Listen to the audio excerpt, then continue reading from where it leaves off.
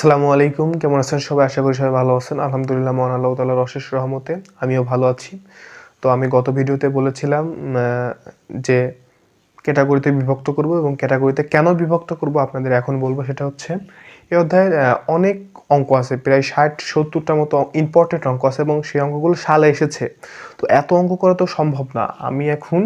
আমি যদি ক্যাটাগরিতে ভাগ করি, অর্থাৎ আমি 5টা ক্যাটাগরিতে ভাগ করছি। এখন এই ক্যাটাগরি যদি আমি 2টা বা 3টা অঙ্ক করে দিই, তাহলে এই ক্যাটাগরির যে বাকি অঙ্কগুলো আছে আপনারা এমনিতেই করতে পারবেন।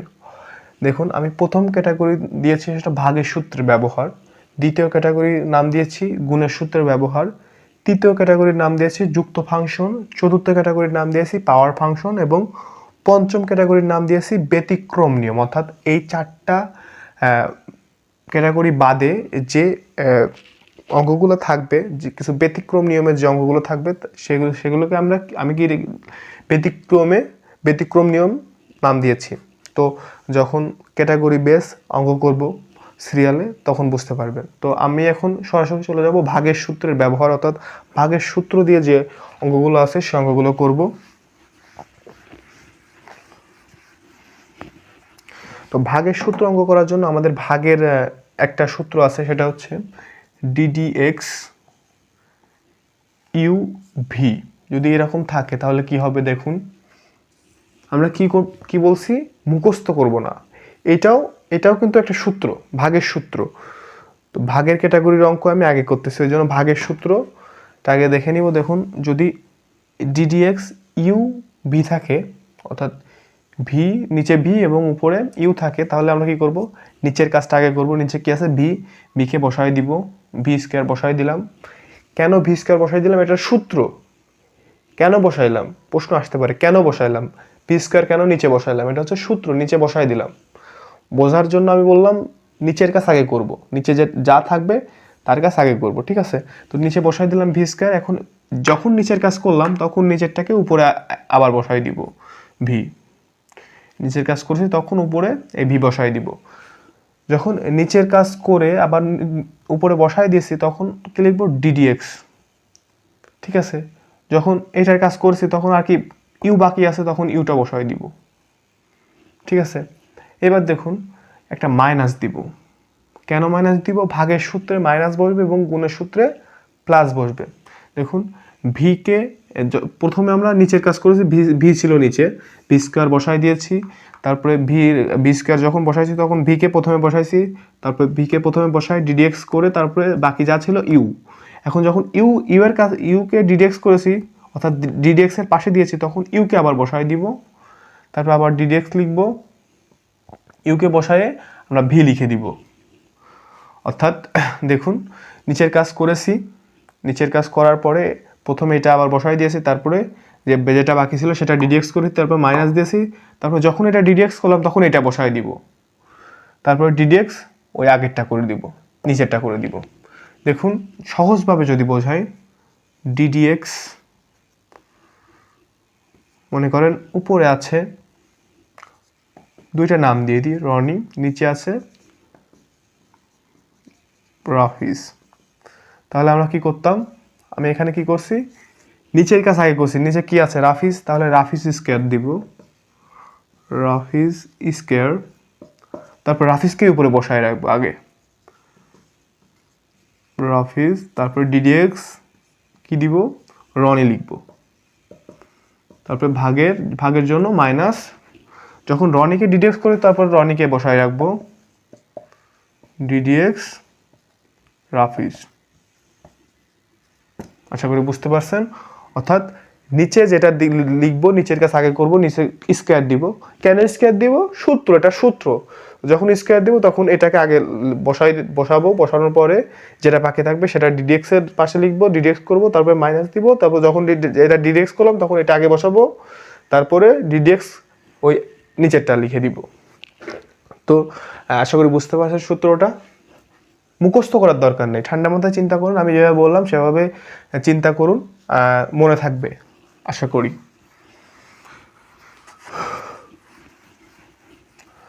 তো আমরা এখন একটা অঙ্কে চলে যাব।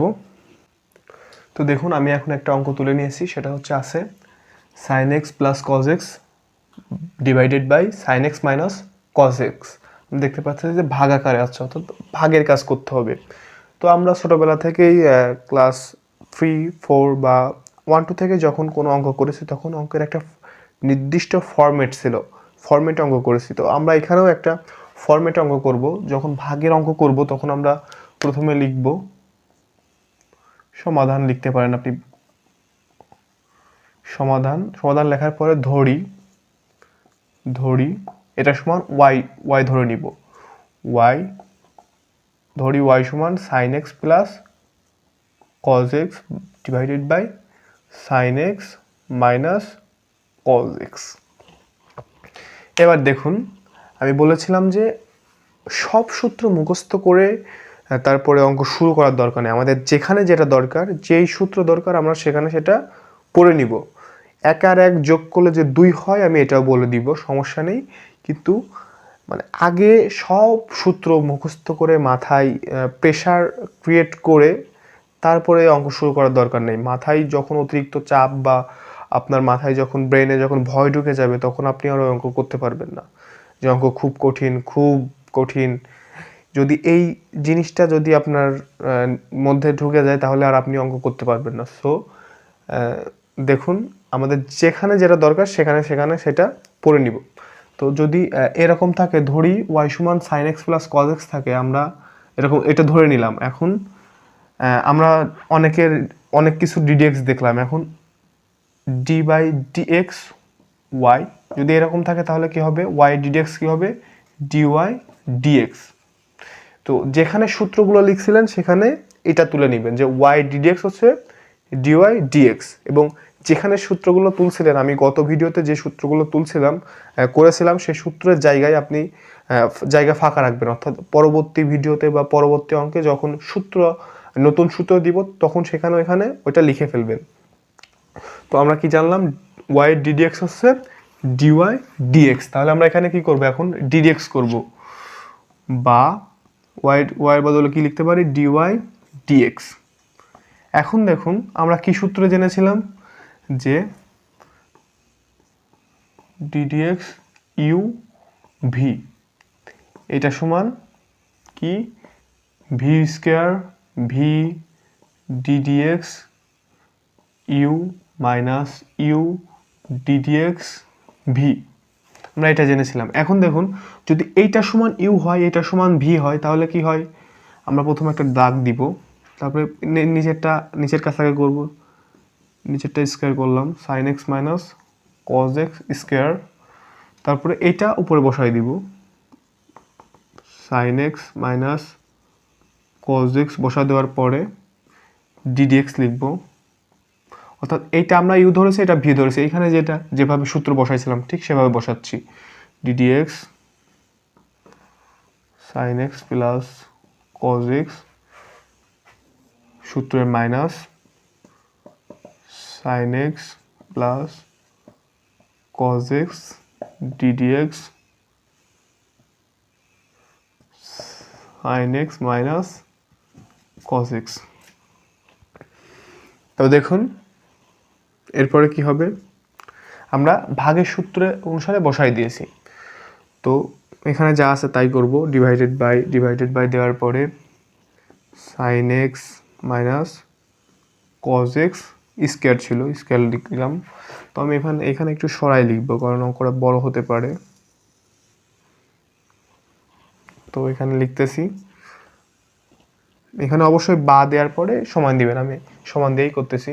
তো এখানে sine x minus cos x আছে, sine x minus cos x লিখে দিলাম, sine x minus cos x লিখে দেওয়ার পরে এবার দেখুন এখানে ডিডিএক্স আছে, তাহলে আমাদের এটার ডিডিএক্স করতে হবে। আমরা সূত্র কি জেনেছিলাম, সাইন এক্সের ডিডিএক্স কত, সাইন এক্সের ডিডিএক্স কজ এক্স, অর্থাৎ সাইন এক্সের বদলে আমরা কী করে লিখতে পারি, কজ এক্স। দেখুন ডিডিএক্সটা উঠে যাবে, যখন আমরা ডিডিএক্স করতেছি অন্তরীকরণ করতেছি তখন আর ডিডিএক্স থাকবে না।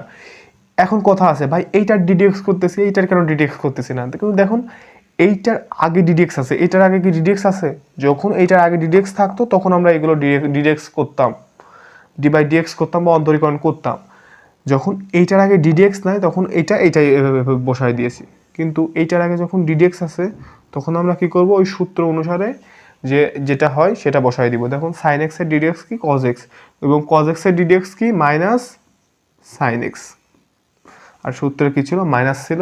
এবার দেখুন এটা ডিডি এক্স নাই এটার আগে, তাহলে আমরা এটা যা ছিল তাই বসাই দিব, sine x plus cos x.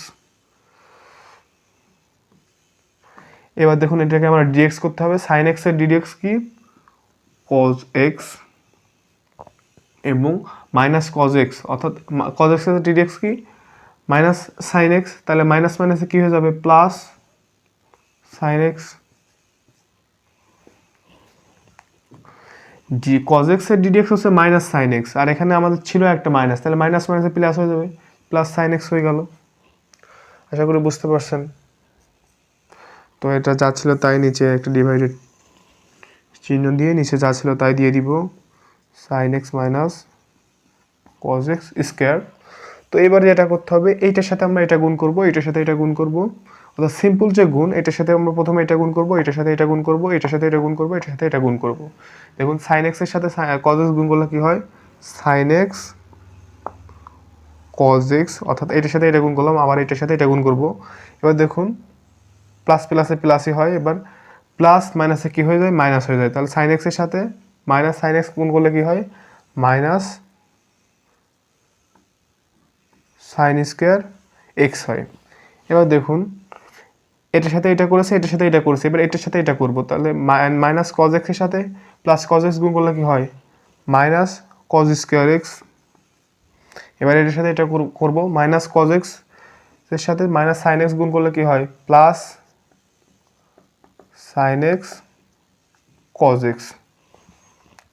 এবার এখানে ছিল মাইনাস, এটার সাথে এটা গুণ করব, কি হয়, সাইন এক্সের সাথে কজ এক্স গুণ করলে সাইন এক্স কজ এক্স। এবার এটার সাথে এটা গুণ করব, সাইন এক্সের সাথে সাইন এক্স গুণ করলে প্লাস সাইন স্কোয়ার এক্স হয়ে যাবে। কিন্তু এখানে আমাদের আসছিল কি, মাইনাস, এই মাইনাসের জন্য এই প্লাস কি হয়ে যাবে, মাইনাস হয়ে যাবে। এবার দেখুন এটার সাথে এটা করেছি, এটার সাথে এটা করেছি, এবার এটার সাথে এটা করব, এটার সাথে এটা করব, তাহলে কজের সাথে কজের গুণ করলে কি হবে, প্লাস কজের সাথে প্লাস কজ গুণ করলে কি হবে, প্লাস কজ স্কোয়ার এক্স। কিন্তু এই মাইনাসের জন্য এটা প্লাস কি হয়ে যাবে, মাইনাস হয়ে যাবে।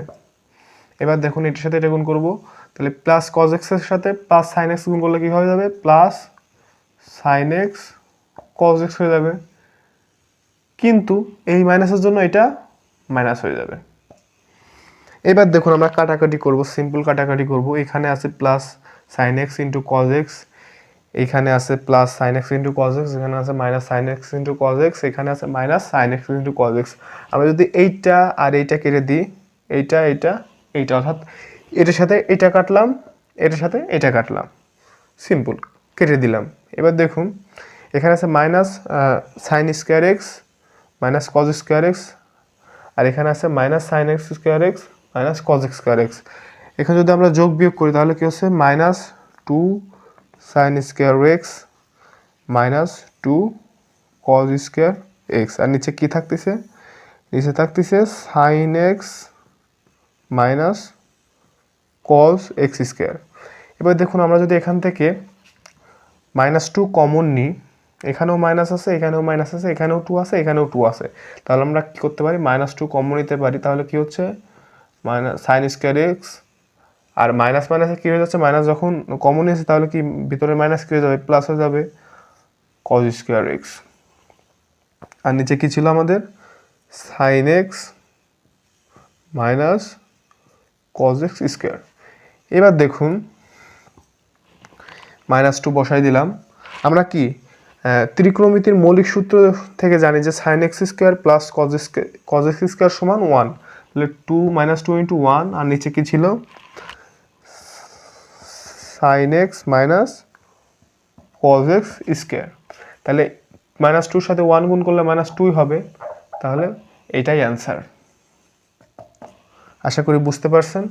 দেখুন এখানে কি করেছি, প্রথমে আমরা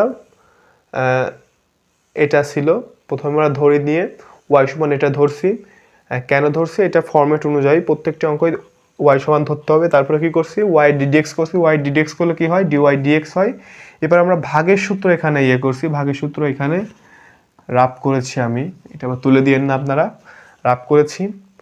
দেখুন প্রথমে নিচের কাজ করেছি, নিচে যা ছিল তাই বসাই দিয়েছি, তারপরে নিচেরটা উপরে বসাইছি, তারপরে ডিডিএক্স যেটা বাকি ছিল সেটা করছি, তারপরে মাইনাস দিয়েছি, যখন এটা ডিডিএক্স করি তখন এটা বসাই দিয়েছি, তারপরে আবার ডিডিএক্স দিয়ে ওই আগেরটা করেছি, সিম্পল। তারপরে এটা বসাই দিয়েছি, তারপরে এটা ডিডিএক্স করেছি, সাইন এক্সের ডিডিএক্স করলে কজ এক্স, কজ এক্সের ডিডিএক্স করলে মাইনাস সাইন এক্স, এখানে ছিল মাইনাস, তারপর সাইন এক্স কজ এক্স বসাই দিয়েছি, তারপরে এটা আবার ডিডিএক্স করেছি, সাইন এক্সের ডিডিএক্স করলে কজ এক্স, কজ এক্সের ডিডিএক্স করলে সাইন এক্স, ঠিক আছে।